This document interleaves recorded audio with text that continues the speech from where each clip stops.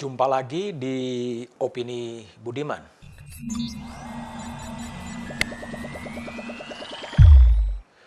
Kali ini saya akan bercerita mengapa kemudian lahir gagasan atau seruan soal pembubaran Komisi Pemberantasan Korupsi.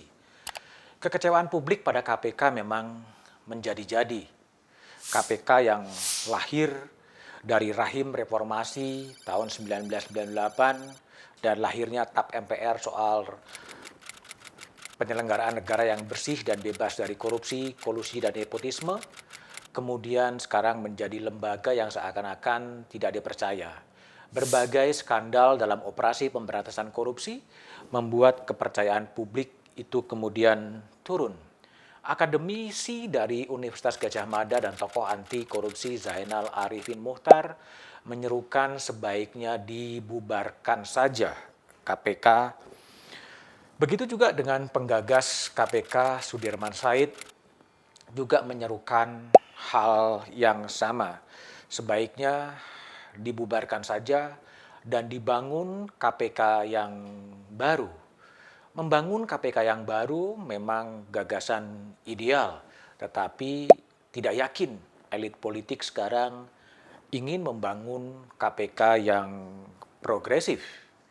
Sedang Zainal Arifin Mochtar juga punya bayangan di akhir tahun 2021 dan 2022, semua pegawai KPK akan berubah status menjadi aparatur sipil negara, sehingga independensi KPK kemudian menjadi bubar. Tren pelemahan KPK pasca revisi memang begitu kentara.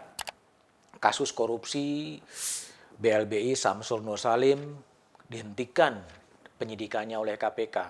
Padahal Samsul tidak pernah kooperatif dan tidak pernah mau datang untuk memenuhi panggilan KPK. Ia berada di luar negeri sampai kemudian kasusnya kemudian dihentikan oleh KPK dan Samsul kemudian menjadi orang yang bebas.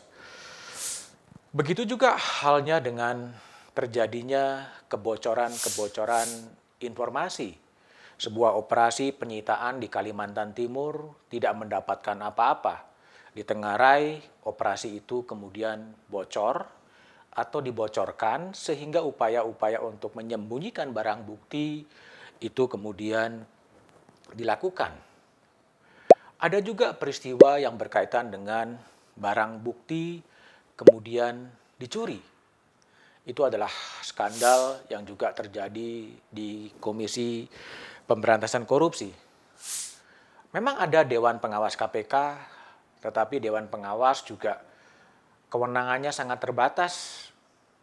Dan dia mengatakan Undang-Undang KPK juga kemudian tidak memberikan kewenangan yang jelas pada Dewan Pengawas KPK. Skandal terbaru adalah skandal ketika ada penyidik KPK dari unsur Polri, Stefanus Robin, yang kemudian bisa bernegosiasi dengan Wali Kota Tanjung Balai M. Syahrial dan penyelidikannya kemudian dihentikan. Disinilah pertanyaan muncul. Ternyata di balik pertemuan penyidik KPK Stefanus Robin dengan Syahrial ada nama Wakil Ketua DPR Aziz Samsudin. Aziz Samsudin melalui ajudannya memanggil penyidik KPK Stefanus dan dipertemukan dengan Syahrial. Yang isinya adalah bagaimana penyelidikan dugaan korupsi di pemerintahan kota Tanjung Balai itu bisa dihentikan penyelidikannya.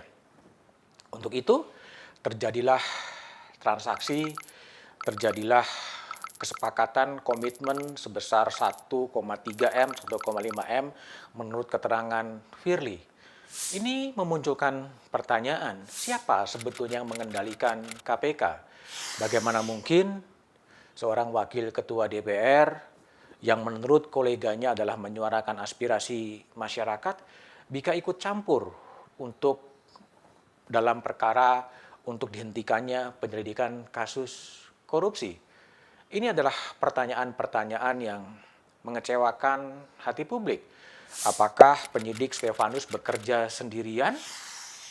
Ataukah Aziz juga bekerja sendirian atau sesama anggota Golkar yang kemudian bersimpati ke arah bagaimana agar kasus ini bisa kemudian dihentikan. Spekulasi itu liar kemana-mana, dikaitkan persaingan rivalitas dalam kontestasi politik 2024. Ada yang menyebut ini persaingan di dalam tubuh DPR, tapi itu adalah semuanya spekulasi. Tetapi pertanyaannya kemudian bagaimana mungkin KPK kemudian bisa dikendalikan pihak dari luar KPK? Mungkin argumen-argumen itulah yang membuat tokoh-tokoh seperti Zainal Arifin Muchtar, tokoh seperti Sudirman Said menyerukan pembubaran KPK. Ini adalah cermin frustrasi dari masyarakat sipil, cermin keputusasaan masyarakat sipil yang selama ini membentengi KPK, dan setelah KPK direvisi, kenyataan-kenyataan pelemahan KPK itu semakin nyata. Apakah kita harus mengikuti logika bahwa KPK kemudian harus dibubarkan? Kita lihat bahwa sebetulnya KPK dengan segala problematikanya tetap dibutuhkan oleh bangsa ini. Tentunya berharap pada Mahkamah Konstitusi, karena revisi Undang-Undang KPK sekarang masih uji materinya ditangani oleh Mahkamah Konstitusi. Sayangnya MK melambat progresivitasnya sehingga ia kemudian sedikit lambat dalam menyelesaikan kasus seperti itu. Ini berbeda ketika MK berada di bawah Mahfud MD yang dengan cepat, dengan progresivitasnya, Mahfud kemudian bisa ikut membentengi KPK ketika pada waktu itu KPK ingin dilemahkan. Tentunya publik berharap MK bisa menyelesaikan upaya-upaya pelemahan KPK, segera memutuskan uji materi terhadap revisi Undang-Undang KPK, dan mengembalikan KPK dalam bentuknya yang asli. Itulah yang kemudian diharapkan publik, sehingga rasa frustrasi dari elit-elit masyarakat sipil soal pembubaran KPK bisa menemukan jalur dan jalan konstitusionalnya melalui Mahkamah Konstitusi, ketika Mahkamah Konstitusi kemudian mengembalikan revisi Undang-Undang KPK ke KPK yang asli. Pilihannya ada pada 9 hakim konstitusi. Apakah 9 hakim konstitusi itu akan mengikuti logika elit di pemerintahan dan di DPR, atau berdasarkan kajian konstitusionalitas, MK kemudian memutuskan mengembalikan Undang-Undang KPK dalam versi yang asli, versi sebelum direvisi. Itu adalah salah satu jalan. Semoga KPK tetap diberi hak hidup dengan tetap independen dan tetap punya komitmen besar untuk memerangi korupsi di negeri ini. Tapi apapun yang terjadi, janganlah pernah lelah untuk mencintai Indonesia.